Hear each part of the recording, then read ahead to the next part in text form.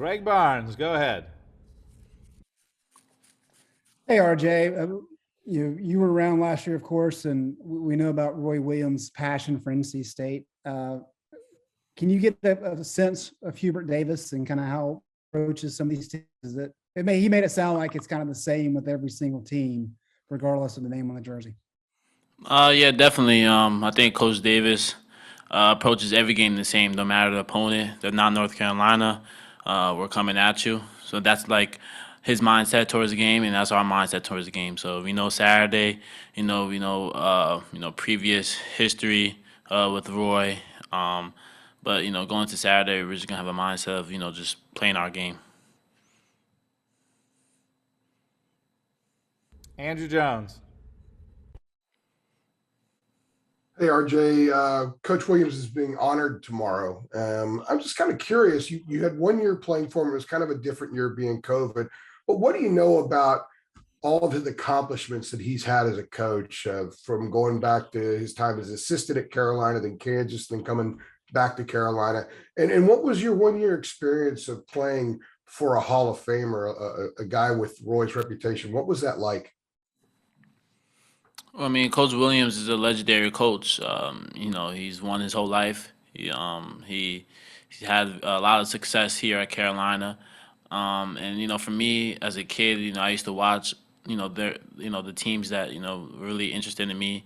And they had Marcus Page, Kendall Marshall, Harrison Barnes, and things of that nature. So I was able to see his success throughout the years, and then for me to be able to play for him, it was once in a lifetime kind of thing. He's a Hall of Famer. I've learned a lot. He's helped me grow, not just as a basketball player, but also as a man. He's given me advice when I needed it, and I just am very thankful, for me to play for him and for him to still be around. And asking you to describe Roy away from basketball and regular dealings with him, what's the first thing that comes to your mind? A mentor. He's someone that I feel like I could go to if I needed something that doesn't require basketball. If even if it's just to get a laugh out of. He's very. He has his way of making sure that you're good, not just like physically but also mentally, and he'll always tell me I'm gonna be a great player and just to continue to do what I have to do. Well, thank you. CL. Hey, RJ, I wanted to ask you about your relationship with former teammate AJ Griffin. I was curious if are y'all tight? Like, do y'all still kind of keep up? Have y'all kept up during this season? And when did you first when you first committed to Carolina? Did you know at that point, was he already leaning towards Duke? Like, did y'all have many conversations about where you were going? Well, first and foremost, me and AJ, we've been teammates for it was 3 years, I believe, in high school. Um, and we've caught up. That we saw each other at the airport. Before coming back for Christmas break. We were just happy for each other's success. For him to be at Duke and for me to be at North Carolina and where we're from, that's a big time accomplishment. So that's something that we've congratulated each other. What was the second part of the question? Oh, I wondered if y'all to what extent how tight y'all were. Like, do y'all text each other during the season and that kind of thing? Or I mean, we text here and there, but it's more so we're both focused on each other's teams and trying to win. So it hasn't been that much dialogue this year. Caitlin.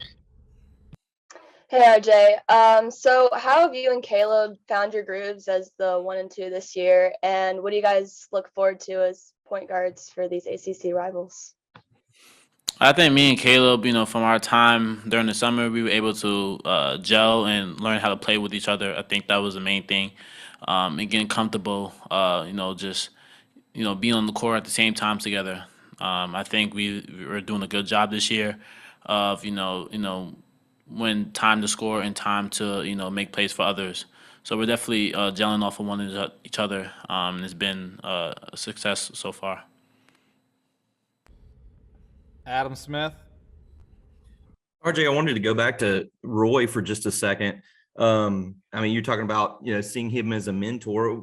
Just what is the dynamic like when you see him at these games now as a fan, as opposed to being on the sideline and coaching you guys? Like, do you look up there at him often? Do you catch him doing anything very Roy-like? Like, just what is that like, having him watch you guys now and cheer you on?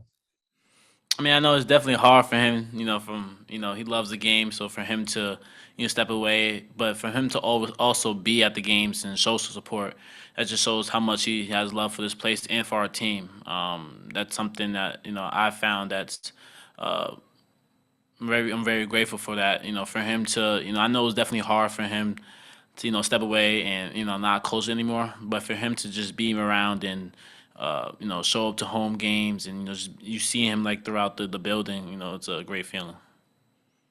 Do you see him, like, even on the road, the people come up asking for photos and stuff like that? It's like the Roy retirement tour. Do you see him doing those things maybe when you're warming up and stuff like that? Not so much because I'm warming up. I'm focused on the game, so I really knock out the outside noise of what's going on. I got you. Thank you. Charlie Mickens. Good afternoon, RJ. NC State has a trio of guys that can shoot from the perimeter. How tough is it going to be to defend that?